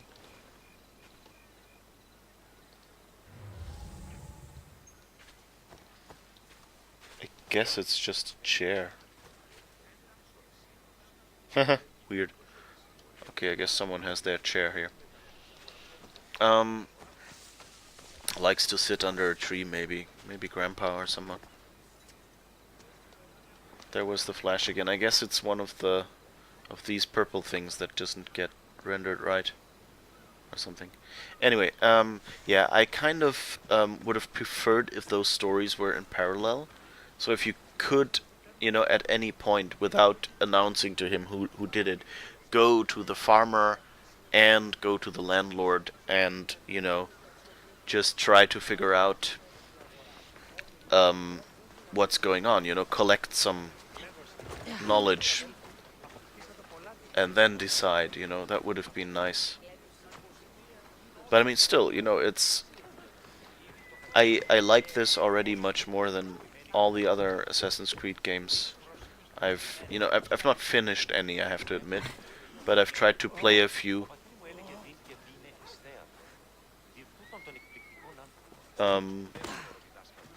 And, you know, I just like being able to have choice at all. That's nice. But, you know, coming from a point where the game I really want is, you know, Mass Effect Ancient Greece or something like that,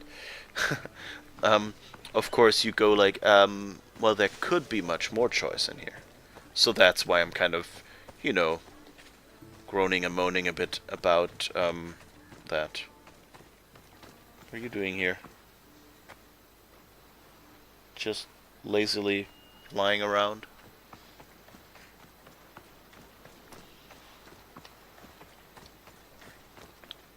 So anyway, and you know, it would be nice to, you know, be able to talk to the farmer and the landlord in one playthrough. Okay, so I already know The watch will be vigilant here. that our objective is in this rich guy's house, in this guarded house. And I mean, that was, you know, the witness mentioned that before. So let's try to sneak up here somehow. Oh, I should probably... Can I save at this point? Yes. Just so I don't have to run this way again.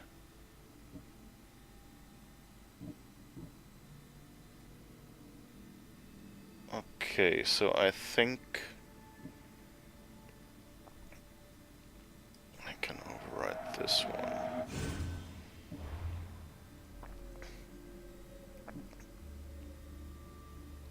Herald of Murder.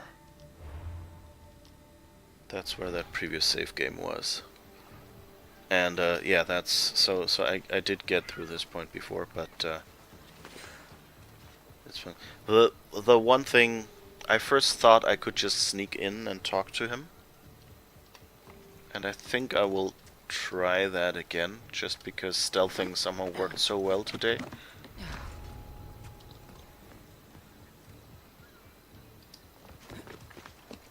Might be a little more difficult. So there's a no entrance here.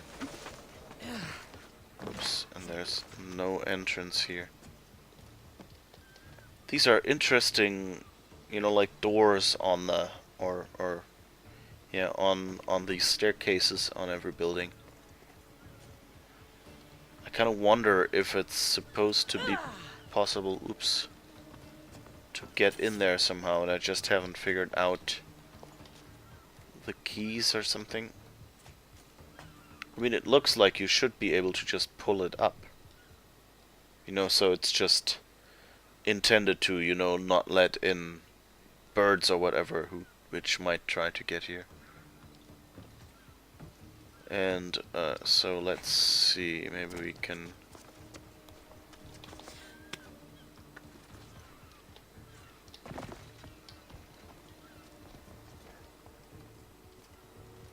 Oh. We could nick something here.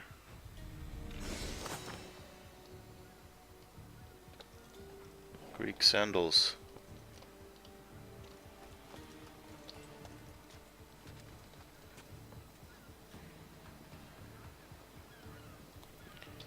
Let's see if we can get Ikaros to mark some of the guards. Okay, so that wasn't actually a guard, that was just some sort of marker.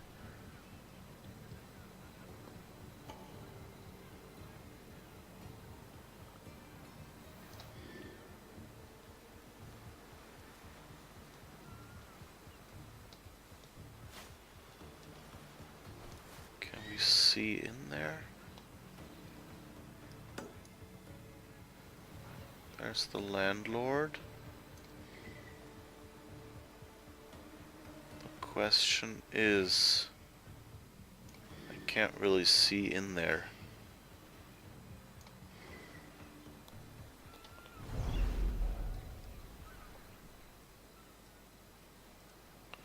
I would like to try to just talk to the landlord first. And the last time I did this, things went wrong and I just had to kill the landlord, which was quite confusing.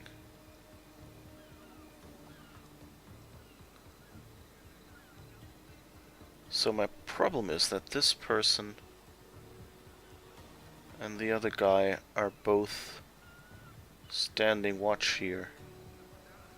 And I mean, I could probably knock this one out or kill him, but I don't want to try with the other one around.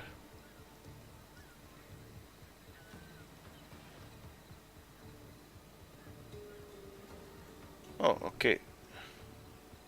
And you're going away too, that's good.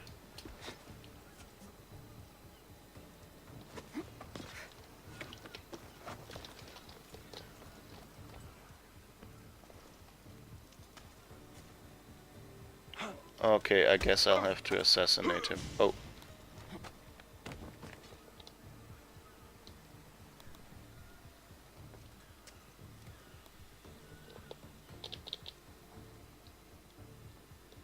Oops.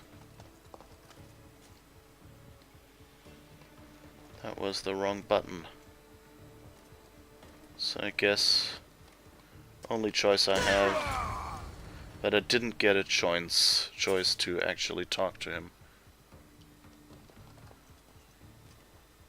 And now I just have to get out without being discovered.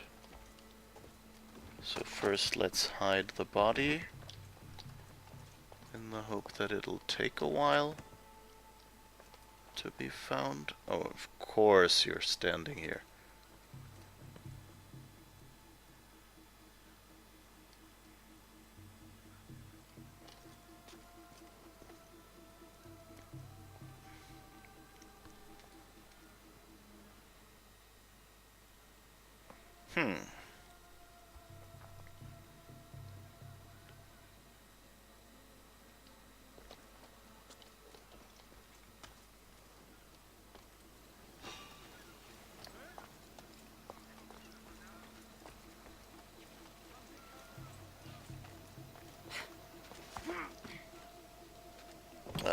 Didn't really mean to climb up here, but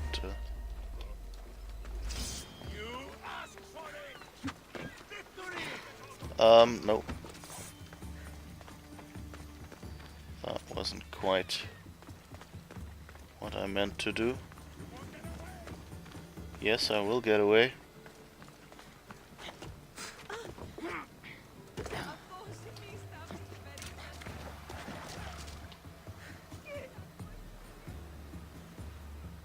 I already did.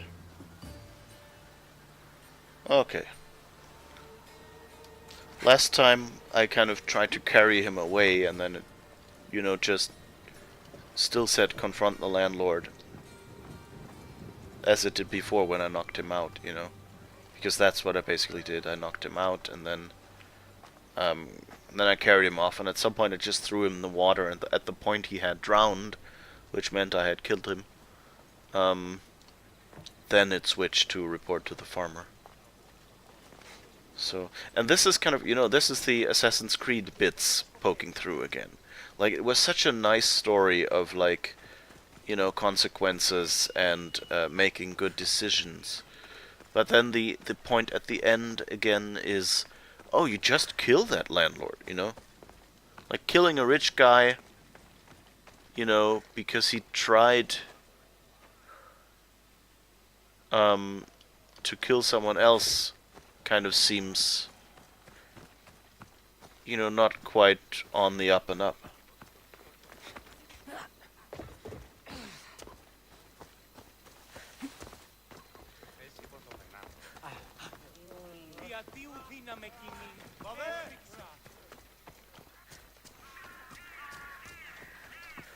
And so, yeah, that just...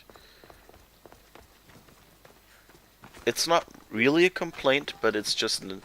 I'm just pronouncing the confusions that this game gives me. That at some points, you're playing an Assassin's Creed game where it's okay to just go and kill people because you're an assassin, basically. Or a Mystios in this case. But then... you're again, playing an RPG-like game where you make decisions, and if you make the wrong decision, bad things happen.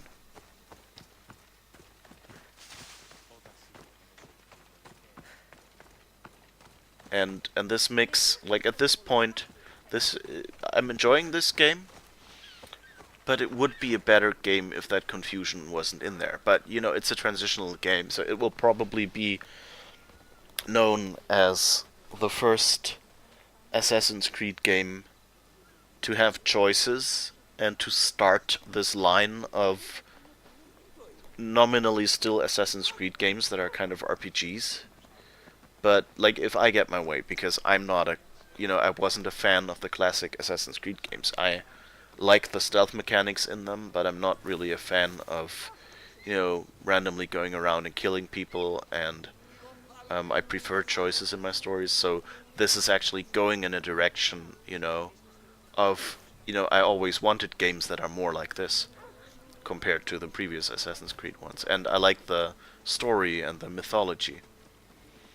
So I'm really curious about how this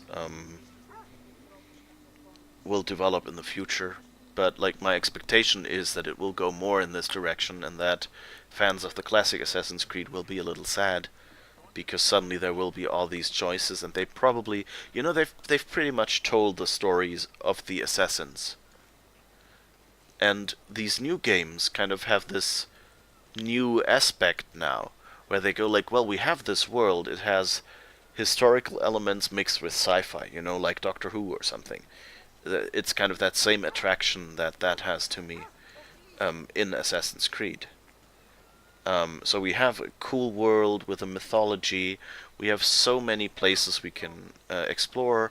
We have, contacts to historians and people who can make models, and we have an engine that can make really nice historical games. And they're probably also making monies by selling copies of Assassin's Creed to schools, where they just go into the exploration mode and, can walk around ancient Greece and show their students, teachers can show their students, like, this is what ancient Greece looked like. And that makes it a much more interesting game. Makes that subject of history a little more interesting if it's so tangible. And you can actually explore this world, which is gorgeous. I mean, just look at this. Even though the frame rate here is a bit janky, I know. I'll have to figure out what that is.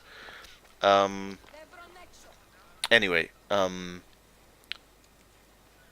whoa, you can really see that these flowers are 2D. Okay, I tried to like make the frame rate improve by like telling it, switch the game settings. And this really looks like a sheet of paper with a flower, or a sheet of plastic foil, transparent foil, with flowers painted on it that is being, like waved. These flowers, do you see that? um, I guess that's when you reduce the detail, then they don't render actual flowers anymore. It's a cool trick in general, though. And I mean, like on slower machines, like from a distance, you don't notice it really. Like from this distance, it looks like just flowers waving. But if you get close enough that you can see the distortions in the petals themselves, you now actually notice, okay, it's just a sheet of paper with flowers painted on it that someone is like waving back and forth, or like like wrinkling, like the shape of the paper is wavy if you look at it from the top. Kind of like that is what they do. Okay, let's finish this mission now, and I'm glad to see he's still alive. Your landlord is dead. He was a lot more than that, though. He was one of those people, wasn't he? I can't. Please, take this. You might find it useful. You wanted to know something. Hippocrates said you used to work with orphans. I did, but Chrysis drove me away. So she did. Where did you last see her? In the woods near the sanctuary of Asclepios. But that was many years ago. So I'm still feeling like I missed some element of the story there. Like, why does she say he was much more than that? I mean, yes, he had soldiers protecting him, but we never got the chance to talk to him. So it's not as if he told us, hey, I'm, like a general or whatever. So I'm wondering, like, is it just that I'm being dense here, and she's really just saying, well, he had guards, and that alone means he wasn't just a landlord. That was just unusual, and I'm missing like the knowledge of someone grown up in the time would have been, or if I was supposed to, explore a little more and find something somewhere that tells me, oh, he's, whatever he is. Where do you think Chrysis is now? I can't be sure. But she used to pray at the altar of Apollo Maleatas. That's where she decided which children to train and which to let die. How did you come to work with Chrysis? I didn't have a choice. She's my mother. Chrysis kept you a secret. My birth brought shame to her.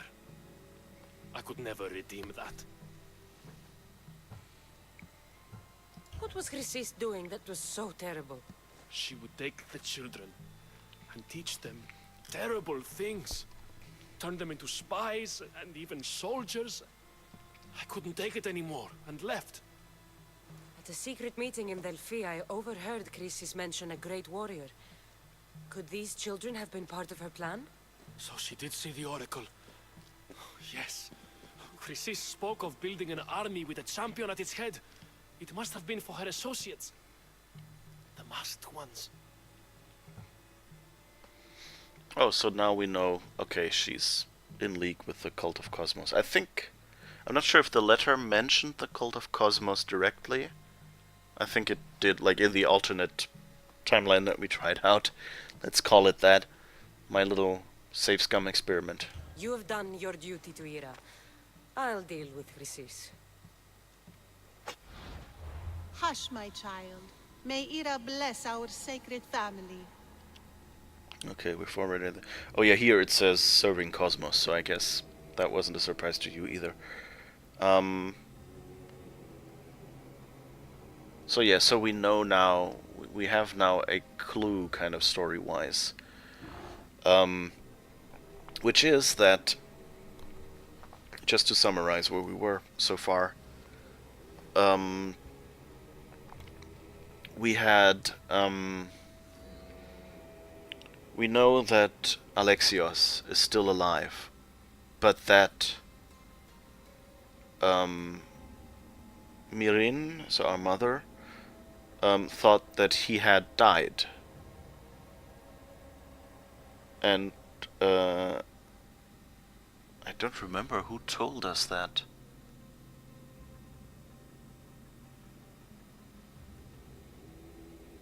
Oh, I think that was the physician in that camp or whatever the place was. But so basically this makes sense then, that Alexios, that she took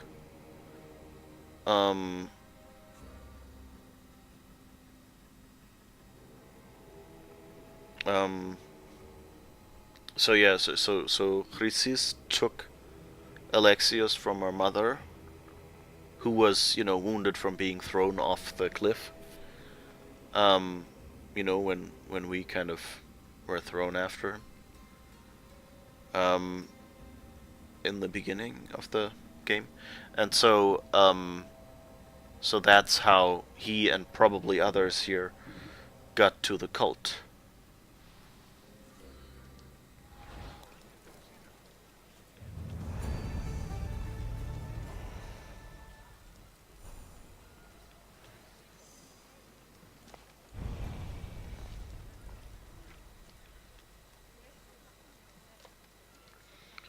Wondering whether I should steal something here and maybe... Does that still contain his letter if he told us what it is?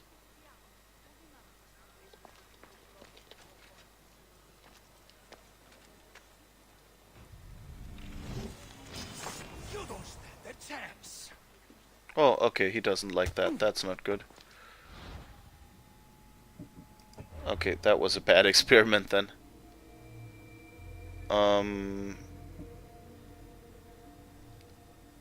Let's go here. I hope that was the spot where we finished the conversation, or we're about to.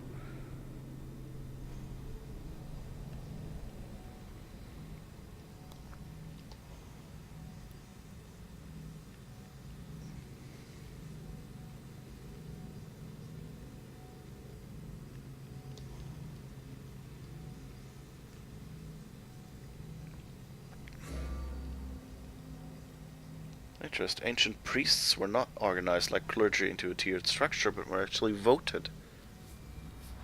That's interesting. So Chrysis is the key to finding my mother. I must find this altar of Apollo Maleatas. Okay, so here we are. We pretend we didn't just try to check his valuables and steal his letter.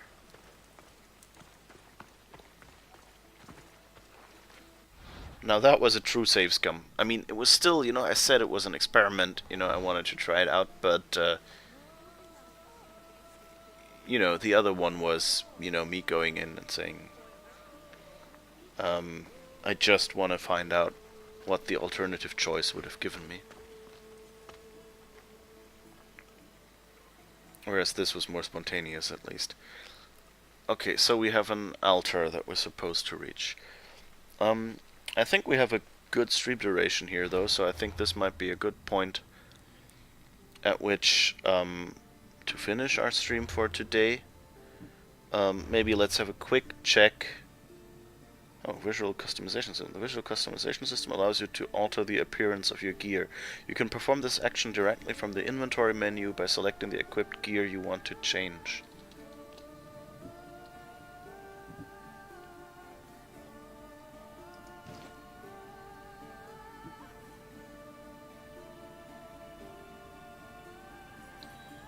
Detailed stats. That's new. Oh my god. Yeah, this is the part of games that I usually don't bother with much, you know, like I just go like, if it looks more expensive or more higher level,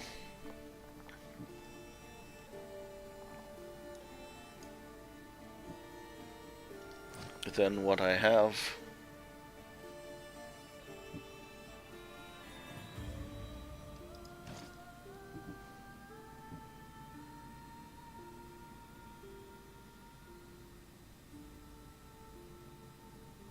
Okay, so I still don't know what the customization, how I would do this.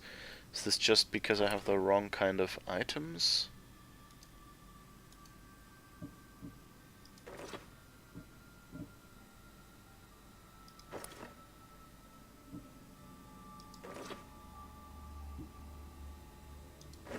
Those actually look much more golden. 19, oops, 21. Those are all less. Should probably go and upgrade some stuff off stream. Anyway, it says, yeah, here, that's much more armor, of course. Like, these little indicators are usually already enough.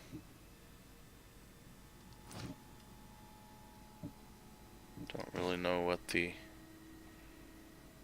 Okay, that's the spear, and they're all level 15. I could have maces and an axe, which are much stronger. Well, anyway, I'll look into that, I guess.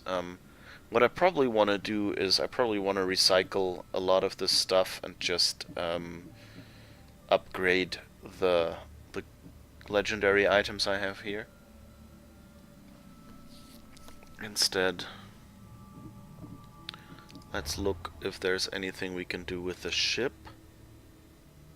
If we have enough resources for the next level. No, we don't have enough leather, though we have enough. Oh, we have 13 of these tablets that we need for ship upgrades. That's good. So we just need to look that we gather more resources. And I guess wood would be better hull. Okay, well, anyway, I guess this is a good point at which to stop, and thank you for watching, and I hope you'll be there for future episodes, and I hope it won't be so long between episodes, and I hope you'll enjoy this. Bye bye. And what did you see?